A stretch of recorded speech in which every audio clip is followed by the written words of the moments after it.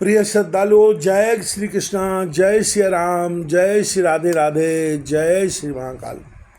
अग्निदेव प्रसन्न हुए और कन्या के वर के विषय में मुनि से बोले।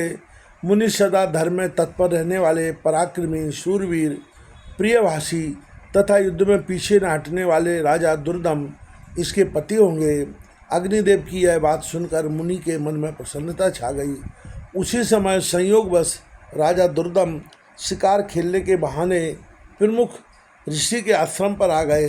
वे बड़े बुद्धिमान, बलवान और शक्तिशाली थे। उनके पिता का नाम विक्रमशील और माता का नाम कालिंदी था। प्रियव्रत के वंश में उनकी उत्पत्ति हुई थी। जब राजा आश्रम के भीतर गए तब उन्हें मुनि दिखाई न पड़े, अतः उन्होंने उस कन्या रेवती को बुलाया और प्रिय संबोधन करके पूछने लगे। राजा दुर्दम ने पूछा, प्रिय महाभाग महर्षि आश्रम से कहाँ पधारे हैं? कल्याणी, सच सच बताओ, मैं उनके चरणों के दर्शन करना चाहता हूँ। कन्या बोली, महाराज, मुनिवर अभी अभी निकलकर अग्निशाला में गए हैं। कन्या की बात सुनकर राजा दुर्दम अग्निशाला के द्वार पर पहुँच गए। वे राजोचित वेशभूषा में थे। नम्रता से उनका मस्तक झुका हुआ था। उन पर मुनि की दृष्टि पड़ी। तब राजा ने मुनि को प्रणाम किया और मुनि अपने शिष्य से कहने लगे, गौतम, अर्घ उपस्थित करो। ये राजा अर्घ पाने के अधिकारी हैं, क्योंकि बहुत दिनों तक इनका आगमन हुआ है। और ख़ास बात तो यह है कि ये हमारे जामाता है।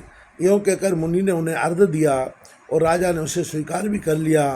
राजा दुर्दम अर्घ आदि के पश्चात आसन पर विराजमान थे। मुनि ने प्रचुर आशीर्वाद देकर उन्हें संतुष्ट किया और कुशल पूछी।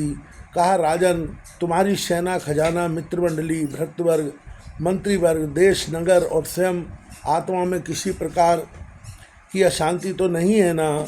तुम्हारी पत्नी की तो कुशल पूछना ही नहीं है, क्योंकि भाई तो मेरे यहाँ ही ठहरी हैं।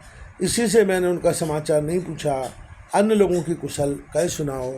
राजा ने कहा, भगवान, आपकी कृपा से सर्वत्र कुशलता है। ब्रह्मन, पर मुझे यह बहुत आश्चर्य हो गया है कि आपने मुझे जामाता कहा है, अतः मेरी कौन सी पत्नी आपके यहाँ है?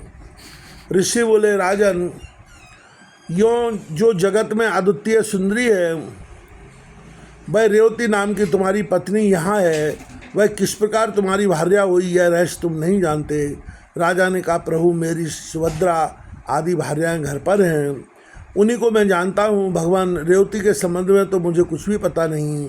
ऋषि बोले, राजन, तुमने अभी जिसे प्रिय शब्दों से संबोधित किया है, वही तुम्हारी प्रेयसी भार्या है। एक क्षण भी तो नहीं हुआ तुम उससे भूल गए। राजा ने कहा, मुने, आप जो कह रहे हैं वही ठीक है। मैंने वैसे ही प्रिय शब्द कहकर बुलाया, परंतु मेरी कुत्सित भावना नहीं थी। इस विषय में आप मुझ पर अप्रसन्न न हो। ऋषि बोले, राजन, तुम बहुत ठीक कहते हो।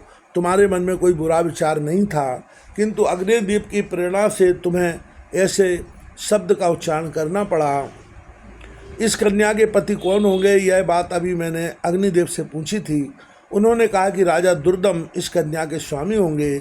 इसे कोई टाल नहीं सकता। इसलिए राजन, मैं यह कन्या तुम्हारी सेवा में समर्पण करता हूँ। इसे स्वीकार करो। तुमने उसे प्रिय शब्द से जो संबोधित किया था, उस विषय में तो कुछ विचार कर